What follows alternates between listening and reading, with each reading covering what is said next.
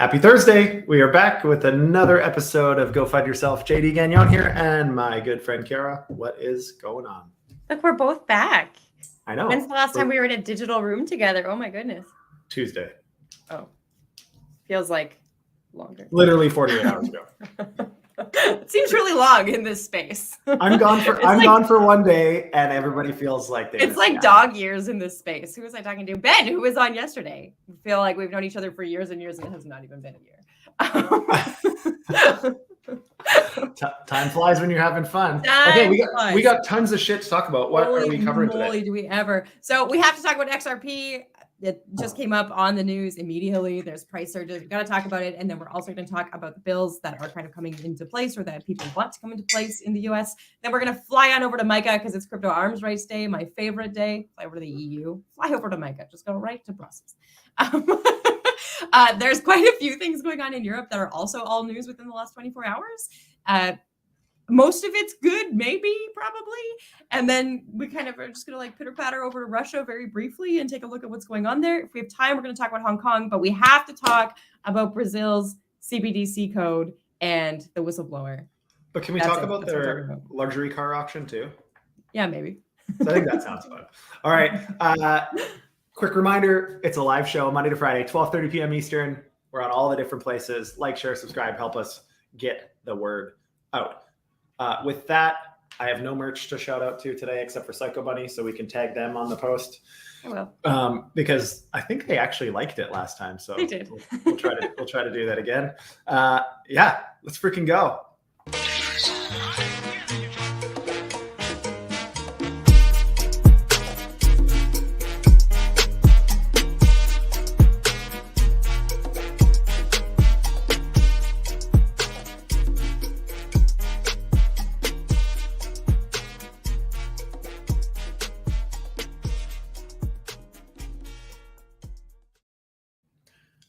All right, we are back.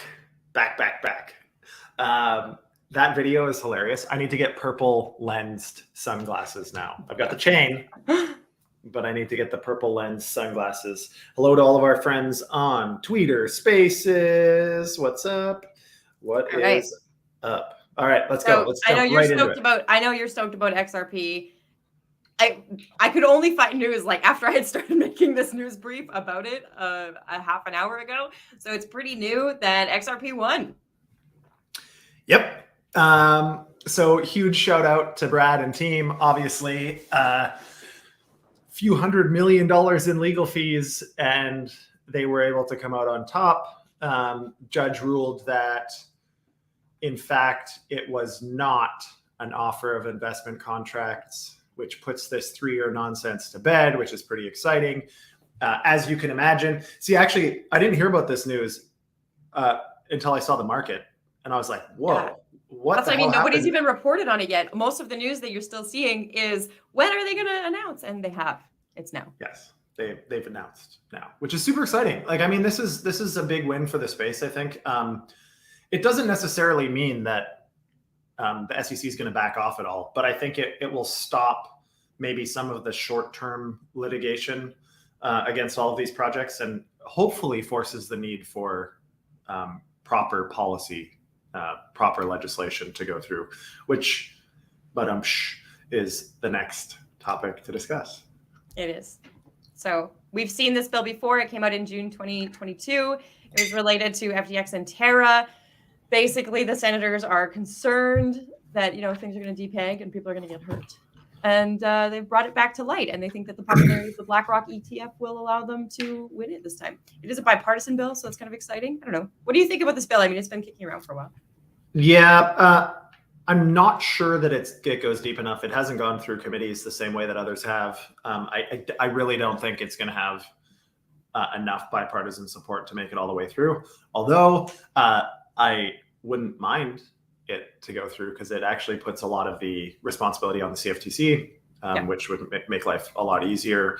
And then, of course, there's the McHenry bill, which should be coming out of committee next week, both out of the House Financial Services and House Ag committees, the two committees that oversee the SEC and the CFTC. All of this to say that I believe the McHenry bill, even though we might not love it as much as Luminous Gullibrand, it has a hell of a lot better chance of getting through, given its the gauntlet that it's gone through, so to speak. So we'll see. But either way, this is good. I mean, this is starting to show the conversation, amongst the bills, amongst the hearings. It's a fairly consistent conversation, I think, right now at the federal level, which is really good. This XRP news will probably light a fire under a few butts. Yeah. And hopefully it gets things moving and we can put this behind us. Do you think this bill, aside from having not gone through enough committees, do you think it's just not specific enough? I just don't think it's comprehensive enough. Like I'm not sure it covers enough. Part of why I asked that Yeah. is that the new updates to MICA are 160 pages long. And so I don't know, when you just think about all of the things that are being left out of the American bill, I wonder if people are wary of it because they're not sure what it's actually going to do, right?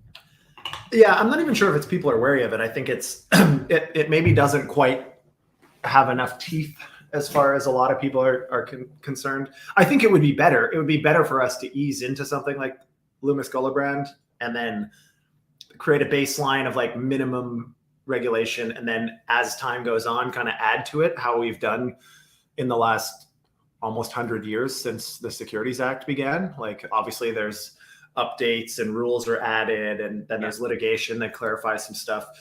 I would like to see that, but I'm just not sure it's close. I want to say that that's what the EU is doing, because they launched MICA just a few months ago, and there's already been, I think, 3 updates to it, one including some sort of metaverse update, and the most recent one just in the last day has been about DeFi. And yeah, so it's 160 page of, I don't want to say coaching, but it's more just like rules. So it's everything from what you have to do with user complaints, conflicts of interest, insider trading, stablecoin reserves, like how you're going to completely operate, which really to me is the move away from DeFi and into blockchain finance. Right. I tend to agree. I think there's 2 pieces to regulation, and I think a lot of people get caught up on the first one. The first one is whether the digital assets or the tokens, are they a security? Are they a commodity? Are they neither? Are they something else? That's kind of the first piece. The second piece is there's a whole lot of like middle layers of regulation and compliance that are required. Like, is custody required? Where and how? Is there discretion involved here? Do you need to be an investment advisor? Do you need to be a money transmitter? Do you need to have a broker dealer? I'm talking specifically to the US, but there's similar structures in the EU that I think up until this consultation. Technically a consultation document. Until this was released, I think there had been a lot of questions. That was one of the kind of, maybe not criticisms, but concerns with MICA up till now was, okay, but like actually how do we maintain compliance? Like if we're a protocol and we want to be compliant with MICA, like what are the requirements? Like specifically, what do we have to adhere to? And I think 160 pages is pretty involved, but I think they're trying to cover as many edge cases as possible. I haven't read the 160 page report. I also haven't. It came out overnight. I will.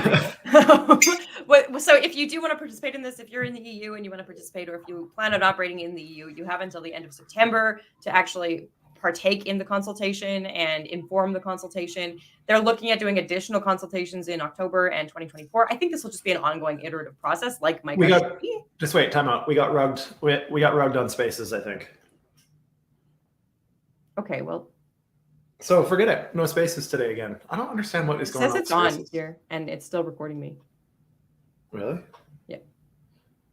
All right. Well, it looks like you're on there alone because it's just playing the replay for me. Anyways, doesn't matter. All right. No one was there. No more Tweeter spaces. We'll get it figured out eventually, which is super frustrating. Anyways, okay. What were you saying? I got distracted. I know you did. I don't know why you do this to me every episode. Well, because spaces wasn't on anymore. It's okay. God. It's okay. God. They can watch literally the live stream on Twitter. It's okay. I know. Okay.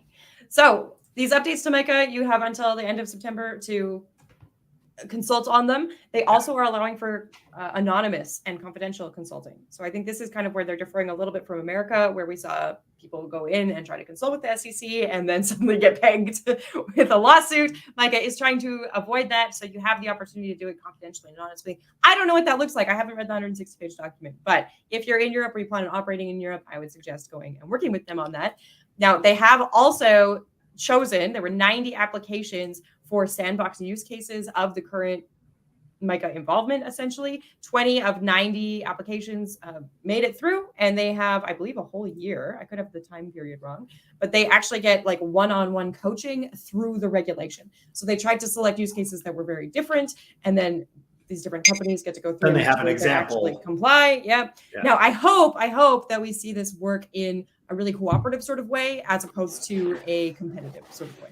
Yeah, I think there's some benefit to this kind of slow start thing. The only challenge with the slow start is that we already waited 10 years. Yeah. And so if they slow play this and only accept 20 projects this year, and everybody else effectively gets declined if they're not adhering to these standards, it takes a year to go through that consultation process. Then what? So now one of the 70 that didn't get selected, do they have to wait until next year at this time to apply again? So they're still able to continue operating, but they don't have that one-on-one regulatory guidance, I guess, which is why I hope that it becomes cooperative. Maybe they can have a Facebook group. I don't know. But they will take new projects. Do people still do? No, no, it's a joke. They'll take new projects every year until 2026. They hope that the cohorts will become larger and larger. Typically, you apply in the spring. So again, if you're operating in the EU and you want one-on-one regulatory guidance, maybe step up that way. They did also try to do a fairly decent disbursement across Europe, which I thought was interesting. So they included Nordic and Eastern and Southern and Western Europe. They didn't just take them all from one kind of area. Yeah, that's cool. That was cool. I mean, I think MICA's, again, it's been kind of an example that I haven't hated, other than France and the UK trying to add to what MICA did in very restrictive ways. But I mean, I think they're kind of going about this the right way. Yeah, I mean, it's slow, it's late, but it's also not nearly as bad as America. Yeah. So that's all pretty much good news. And I think that it's necessary for these sandbox use cases to exist, especially if they're expected to adhere to 160 pages of rules. But the other thing that is a little bit maybe less good news is that the EU, the European Banking Authority, has new rules for stablecoin issuers. And right now they're asking for voluntary compliance, but it's not regulated compliance. And then I anticipate that in the future, if you did not voluntarily comply, you might be facing lawsuits. So that's a little bit more reminiscent of America. Yeah, I mean, this was always going to be the case. I think stablecoins are in particular of interest, mainly just because, they will be the means of value transfer in a lot of ways. And they potentially detract from monetary policy and all of these other things. There's a lot of custody considerations, and there is a lot of regulation in between issuing a stablecoin and managing the stablecoin. Yeah. And so I think this is, like, as a stablecoin issuer, regulation is going to be important. And so, I mean, will they comply? I don't see how they could not. That would be like FINRA suggesting in the US. You have to register. Probably do it. Yeah. You should probably register. The flip side of that is you don't have to, but then you can't service US people, right? So since the rules aren't taking effect until January 2025, so I think the idea here is that people have time to gradually adopt, but then you will have to adopt soon. I thought it was the mandatory rules were June 24. ESMA rules will take effect in 2025. All right. I don't know. I read 24. Maybe I'll look it up. It's all good. Either way, we have a long time until you have to soon. But so we have stable coins, but then we also have quite a bit coming up about CBDCs now. I know, so excited. So the Russians said, this is interesting because a couple of weeks ago, we talked about Russia and how they were becoming more open to crypto because they are hoping for de-dollarization and they think that crypto might be a means to that. They also see that people like Russians are going to participate in crypto, whether there are rules against it or not. They're just going to bypass via VPNs, etc. So we had these news articles out of Russia that said that they were becoming more crypto friendly. And what we've learned is that they are not becoming more crypto friendly. They actually are becoming more CBDC friendly. So whether that was a weird, mistranslation or whether that's just how news works, who knows? But the digital ruble is currently looking at real world tests.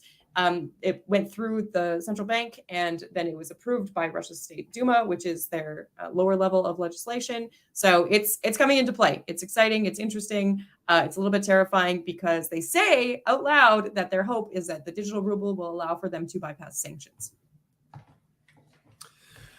Yeah, obviously they're trying to find a way around this. We'll have to see. We'll have to see if and where the U.S. or other sanction issuing countries tries to flex, because I'm sure that they're going to start influencing the receiving entities, right? So maybe Russia can send those assets because SWIFT isn't going to prevent it, but there could maybe be some sanctions against people that receive assets or that hold digital ruble, or like maybe major exchanges won't be allowed to list it, or who knows exactly what it's going to be. But yeah, I mean, this is just the beginning, I think. And there's this power struggle geopolitically at the moment. And I think, currency is right in the middle of it. Unfortunately, we weaponize the US dollar.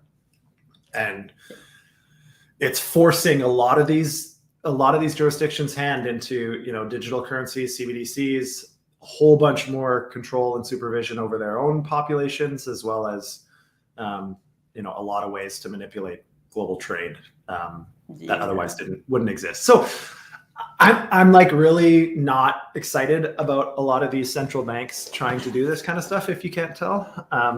We should jump into Brazil here, actually. So Brazil has some new crypto regulations, and they're trying to position the news to say that this is going to make them a leader in crypto and regulatory compliance and how good it's going to be. But it actually is just that the central bank is monitoring and regulating all virtual asset providers, period, space. They're looking to be very controlling about it. They're trying to position this as like, we will prevent scams, but in reality, I don't know. It looks a little bit messy. Okay. So slippery slope is always like this. The slippery slope is always, we're, just stay home. We're gonna flatten the curve. We're gonna save you all from COVID. So just stay home for 2 weeks. Okay, 2 weeks happened. Well, actually, we need all of you to wear masks everywhere, even in your car when you're by yourself, like a crazy person. Some people do that because it's cold, JD. No. There's people. Yeah. I was just in LA at the beginning of the week, and there are people everywhere walking outside by themselves in the summer with a mask and gloves on, like a bunch of lunatics.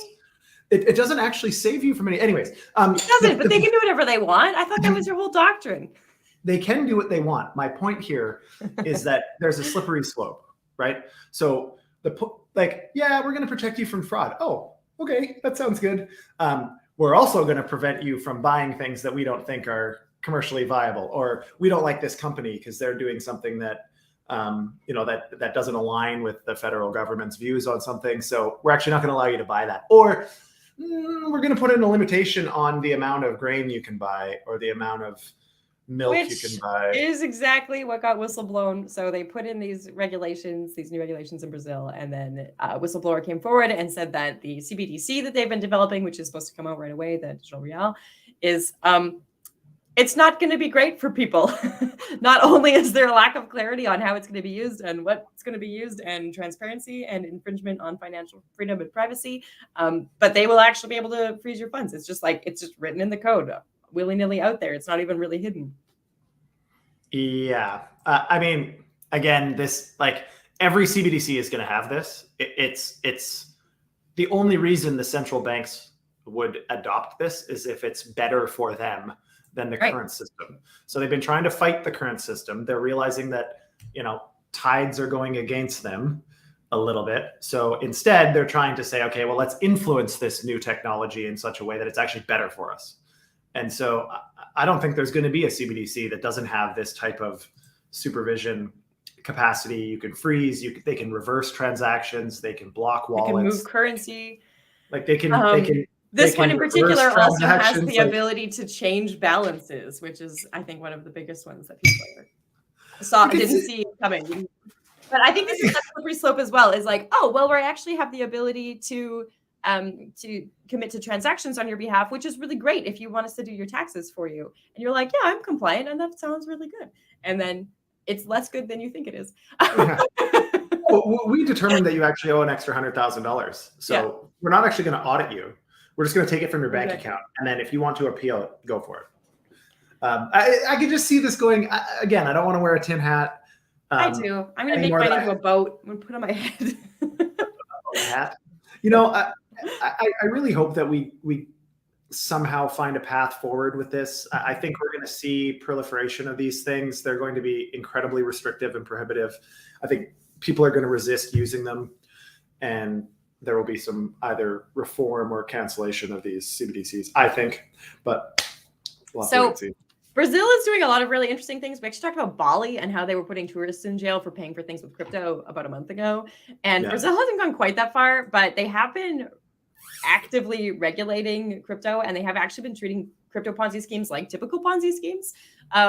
So anyways, they seized a bunch of vehicles and drugs and other things from Trust, and they're going to sell it. The police is going to make their money back. So if you need a new Porsche or Land Rover, you should head on down.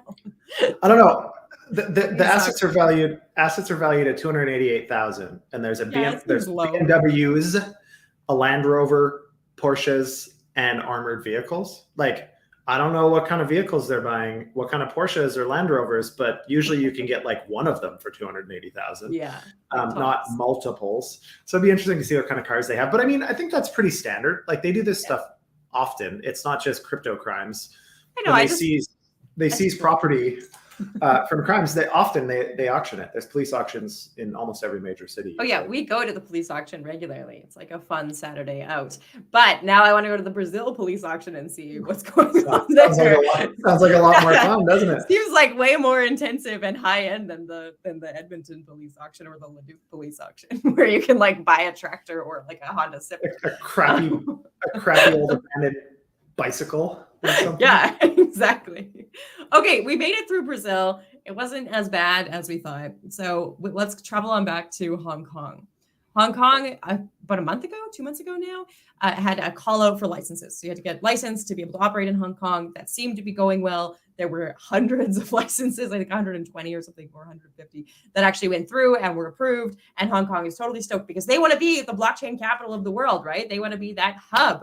And of course, what they're finding is that it's a bear market and people aren't actually hiring. And when they do hire, they're not actually hiring local because we all live online.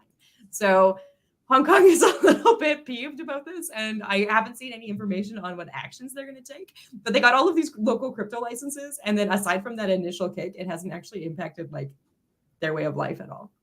Well, so what they were assuming is that a lot of these companies would apply for licenses, move their operations to Hong Kong, like et cetera, et cetera. I wouldn't be surprised if they put new restrictions in for license approvals, that a certain percentage of the employees have to reside in or around Hong Kong, et cetera. But yeah, like, what do you expect? I mean, people aren't going to get a license and then just everybody move there and fire all of your existing staff and executives and hire Hong Kong staff and executives. Like, it's pretty intensive. People paid a lot of money for these licenses too. I read up to $25 million for a license, which like tells me that they weren't a set price, which is also confusing to me. Typical Asia. It's all like negotiating, and there's all this behind closed doors. Absolutely. Types of dealings. But I mean, I have some pretty good friends that got licenses in Hong Kong. I mean, some of the other things with Hong Kong though is its proximity to China is like, for a lot of people, if you have a concern about China's potential aggression at some point, I don't really, but let's assume you did.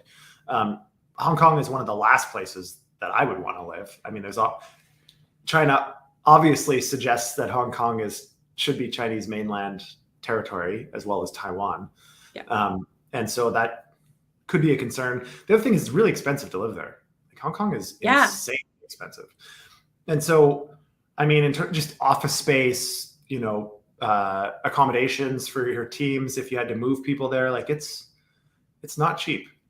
So I think that's part of it also. There's a lot of other jurisdictions, I think, that have a better chance in some ways of becoming a hub just because of their cost of living.